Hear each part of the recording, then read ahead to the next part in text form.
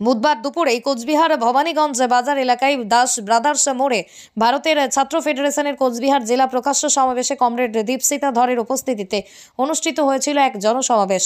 মূলত তৃণমূল বিজেপির যে সেটিংয়ের রাজনীতি পশ্চিমবাংলায় যেভাবে শিক্ষা বিভাজন করে শিক্ষাকে আরও তলানিতে নিয়ে যেতে চাইছে, তার বিরুদ্ধে রুখে দাঁড়িয়ে স্কুল কলেজে শপথ করো, বিভেদ রুখে স্বদেশ গড়ো স্লোগানকে সামনে রেখে এই জনসমাবেশ। জাতীয় শিক্ষানীতি গরিবও পাবে না শিখিতে। যে জাতীয় শিক্ষানীতি নরেন্দ্র মোদী নিয়ে এসেছেন এবং যে জাতীয় শিক্ষানীতি অন্য নামে মমতা ব্যানার্জি পশ্চিমবঙ্গে প্রণয়ন করেছেন, তাতে আসলে সরকারি শিক্ষার যে পরিকাঠামো সেটা শেষ করার সমস্ত রকম ষড়যন্ত্র রয়েছে। আমরা দেখেছি পশ্চিমবঙ্গের বুকে নিয়োগ দুর্নীতি হয়েছে। প্রাইমারি স্কুলে, সরকারি স্কুলে যদি ভালো শিক্ষক শিক্ষিকা না থাকে তাহলে সেখানে ছাত্রছাত্রী যাবে কেন? ছাত্রছাত্রী যদি না যায় তাহলে সরকারের কাছে অমনি একটা সুযোগ চলে আসে, এইটা বলে যে আমার স্কুলে আর ছাত্রছাত্রী নেই, স্টুডেন্ট নেই, তাই আমি স্কুলগুলো বন্ধ করে দিচ্ছি। আমরা যদি নয়া শিক্ষানীতি পড়ি আমরা দেখব সেখানে নরেন্দ্র মোদীও একই নির্দেশ দিয়েছে যে ছোট স্কুল, কম শিক্ষক শিক্ষিকার স্কুল, সেই স্কুলগুলোকে বন্ধ করে দিতে হবে।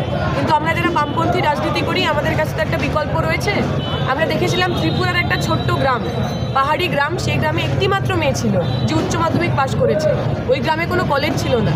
সেই সময়ের বামপন্থী সরকার ওই একটি মাত্র 12 পাস মেয়ের জন্য একটা কলেজ খুলেছিল, যে কলেজে আগামী দিনে প্রায় 3000 সাড়ে 3000 ছাত্রছাত্রী পড়াশুনো করত। আমরা যে রাজনীতি করি, যে বামপন্থী রাজনীতি করি, আমাদের কাছে একটি মাত্র ছাত্রছাত্রীরও পড়াশোনার অধিকার যদি সেটা বিঘ্নিত হয়, সেটা আমাদের সরকারের কাছে প্রায়োরিটি বলে মনে হয়েছিল।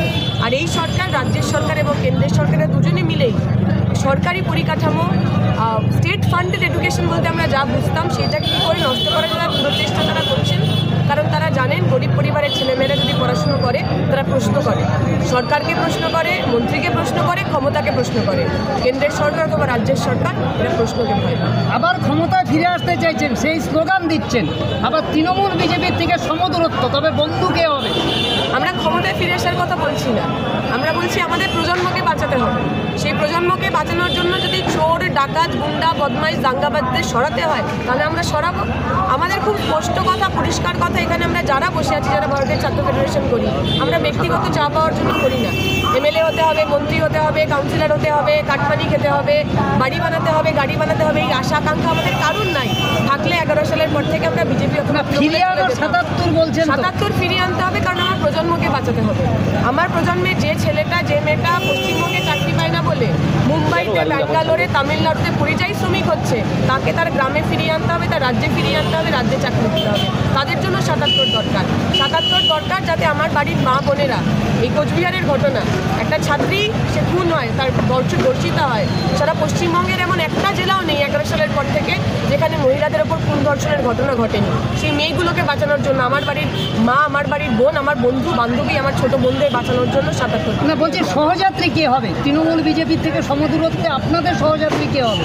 তৃণমূল, বিজেপি, কংগ্রেস, আপনি যতগুলো রাজনৈতিক দল বলতে পারেন, সমস্ত রাজনৈতিক দলে যদি এমন কোনো মানুষ থাকেন যিনি স্পষ্ট ভাষায় বলতে পারেন আমরা হিন্দু রাষ্ট্রের বিরোধী, যিনি স্পষ্ট ভাষায় বলতে পারেন আমরা চুরি, ডাকাতি, দুর্নীতির বিরুদ্ধে, যিনি স্পষ্ট ভাষায় বলতে পারেন ভারত সংবিধান দিয়ে চলবে, ধর্মনিরপেক্ষ দেশ হবে, গণতান্ত্রিক দেশ হবে, এমন সমস্ত মানুষ আমাদের সঙ্গে আসুন, তারা আমাদের সহযোগিতা। তাহলে কি কংগ্রেসের সাথে একটা সখ্যতা করে উঠবে?